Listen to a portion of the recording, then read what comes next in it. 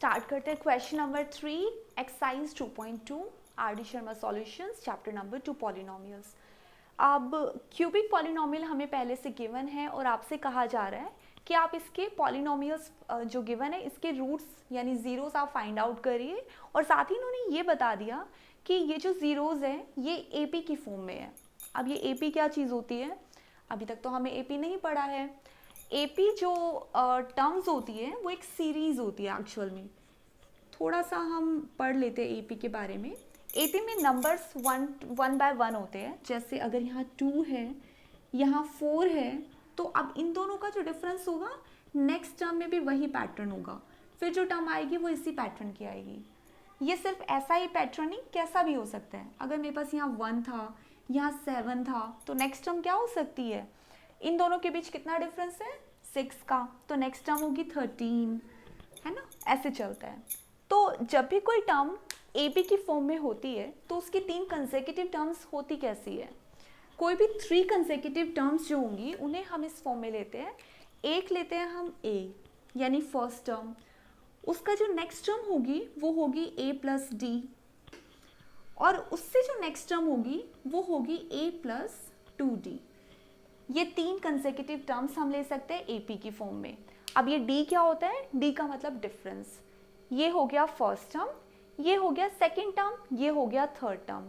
या फिर आप ये भी कर सकते हैं, इसको थोड़ा छोटा रखने के लिए आप 3 कंसेक्यूटिव टर्म्स की फॉर्म में ले सकते हैं ए माइनस डी, ए और ए प्लस डी।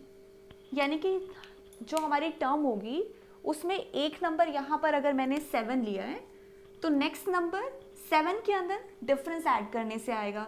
जैसे मान लो 7 के अंदर मैंने 2 का डिफरेंस लेना है तो 9 होगा।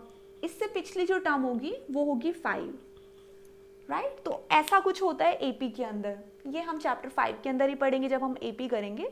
अभी आप सिर्फ इतना ध्यान रखिए कि अगर ये कहा जा रहा है कि पॉलिनोमियल गिवन है और इसके जीरोस एपी की फॉर्म में है तो फिर हमें एपी की जो फॉर्म लेनी है वो हम ये वाली फॉर्म ले सकते हैं। ये वाली लेते हैं, सेकेंड वाली, क्योंकि ये थोड़ा ज़्यादा सिंपल है। ए माइनस डी, ए और ए प्लस डी, ये 3 कंसेक्यूटिव टर्म्स हैं, राइट? अब ये ए और डी क्या चीज़ है ये हमें कैलकुलेशन से मिलेंगे। अब हम अपने ए और डी के बारे में पढ़ लेते हैं। हमारे जो ज़ीरोज़ हैं वो इस फॉर्म में है, यानी कि अल्फ़ा की जो वैल्यू है वो होगी ए माइनस डी, तो बीटा क्या हो जाएगा? ए हो जाएगा, और गामा हो जाएगा A plus D, right? Alpha beta gamma हमारे ये 3 जो रूट्स थे हमने इन्हें मेंशन कर दिया अल्फ़ा बीटा गामा की फॉर्म में और एपी की फॉर्म में ले लिया। इसके आगे अच्छा, हमें तो पॉलिनोमियल गिवन है पहले से। पॉलिनोमियल गिवन है तो हमें इसके रिलेशनशिप के साथ क्या क्या चीज़ें पता है वो देख लेते हैं। हमें पता है इसका सम कितना होता है। सम यानी कि alpha plus beta plus gamma. ये क्या चीज़ होती है अल्फ़ा बीटा प्लस गामा? ये फॉर्मूला था माइनस बी अपॉन ए का। माइनस बी अपॉन ए की वैल्यू हमें पता है और इन तीनों की वैल्यू हम यहाँ से ले लेते हैं। जैसे अल्फ़ा की जगह मैंने रखा L A minus D, beta की जगह मैंने रखा ए और गामा की जगह A plus D, equal minus B upon A की जगह मैं अपने कॉफिशिएंट्स को रख रही हूँ। माइनस बी का मतलब हुआ -15 और ए का मतलब हुआ 2, यानी ये आ गया 15/2। इसको सिंप्लीफाई करते हैं, देखते क्या होता है। ए 3 टाइम्स है, ऐड हो गया 3a, माइनस डी और प्लस डी खत्म हो गया, 0 हो गई ये तो मेरे पास यहाँ से 3a की वैल्यू आती है 15/2 और मुझे a भी मिल जाता है। a मिल जाता है 15/2, ये जो 3 है इक्वल के वहाँ ट्रांसपोज होगा तो नीचे चला जाएगा। ऐसे सिंप्लीफाई होने के टाइम पर ये डिवाइड हो जाएंगे, यहाँ बचेगा 5 और a की वैल्यू आ जाएगी 5/2, राइट? अब मेरे पास a की वैल्यू आ चुकी है।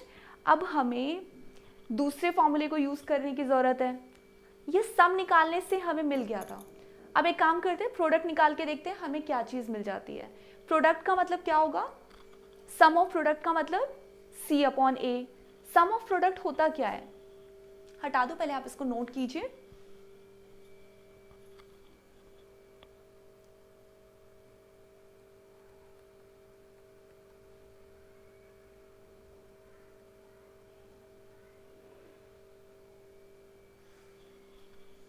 डन। सिर्फ इसको हटा रही हूँ। सम से हमें ए की वैल्यू मिल चुकी है 5/2, इसको रख के मैं ये सब हटा देती हूँ। सेकेंड थिंग है सम ऑफ द प्रोडक्ट, या तो सम ऑफ प्रोडक्ट से निकाल सकते हो या आप सीधा प्रोडक्ट से भी निकाल सकते हैं। जैसे अल्फा, बीटा और गामा, इन तीनों का मल्टीप्लिकेशन होता है -d/a के इक्वल। अल्फा, बीटा, गामा, इनका प्रोडक्ट यहाँ से हमें मिल जाएगा। जैसे अल्फा का मतलब है a - d, बीटा का मतलब हुआ a, और गामा यानी कि a + d, और -d/a कितना है -30, और a का मतलब हुआ 2, सिंप्लीफाई करके ये हो जाएगा 15। इस वाले को भी सॉल्व कर लेते हैं। a की जो वैल्यू आई है मैं इसे साइड में यहाँ लिख देती हूँ। a की वैल्यू हमें 5/2 मिल गई है, और लेट्स सेव द स्पेस।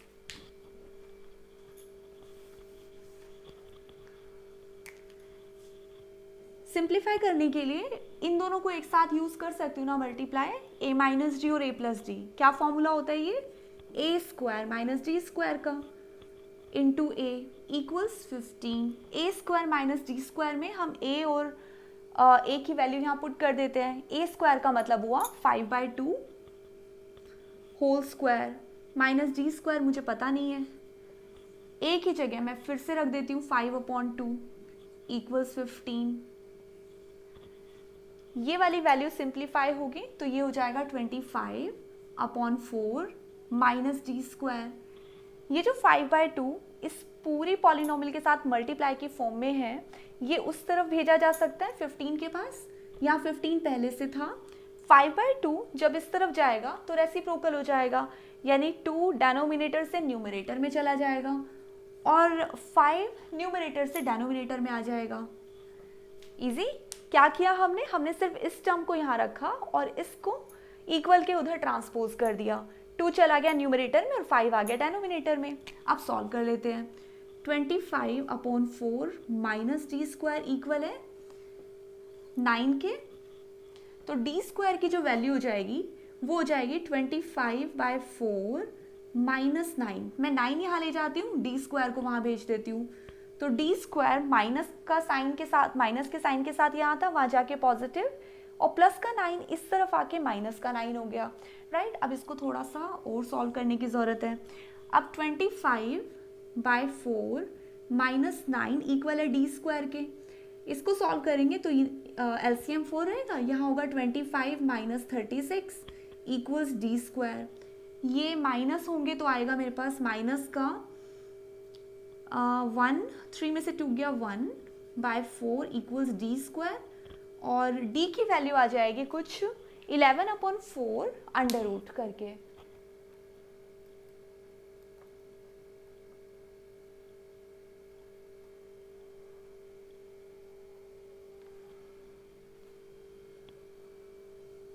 अच्छा, यहाँ पर एक मिस्टेक है, 3 × 2 9 कर दिया है मैंने यहाँ by mistake. I am sorry about this, लेकिन इसको थोड़ा सा करेक्ट करने की ज़रूरत है। मैं इसे यहाँ से हटाती हूँ।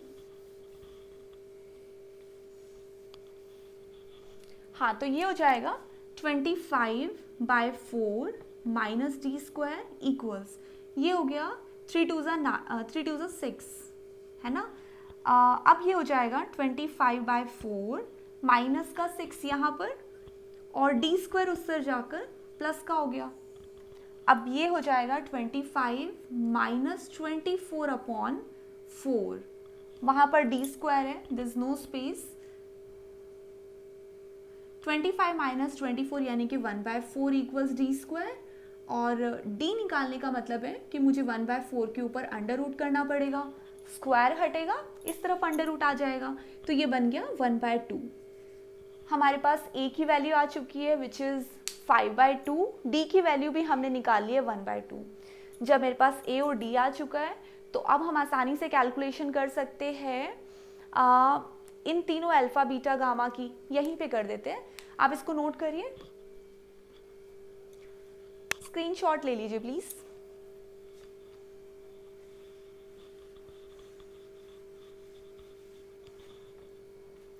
a - d से हमारा अल्फा क्या आ जाएगा, 5/2 माइनस डी, डी यानी कि 1/2, तो ये बचा 4/2 यानी कि 2। मेरे पास अल्फ़ा की वैल्यू 2 आ चुकी है। बीटा यानी ए मतलब 5/2, already we have the value.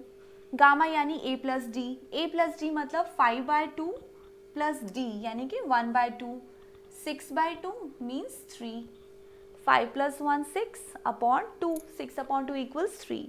तो मेरे रूट्स हो गए 2, 5/2 और 3। तो ये आपका आंसर हो गया क्वेश्चन नंबर सेकेंड का, I think no it is question number 3। तो ऐसे हमारे क्वेश्चन तीनों सॉल्व हो जाते हैं एक्सरसाइज 2.2 के। अब हमें नेक्स्ट एक्सरसाइज स्टार्ट करनी है।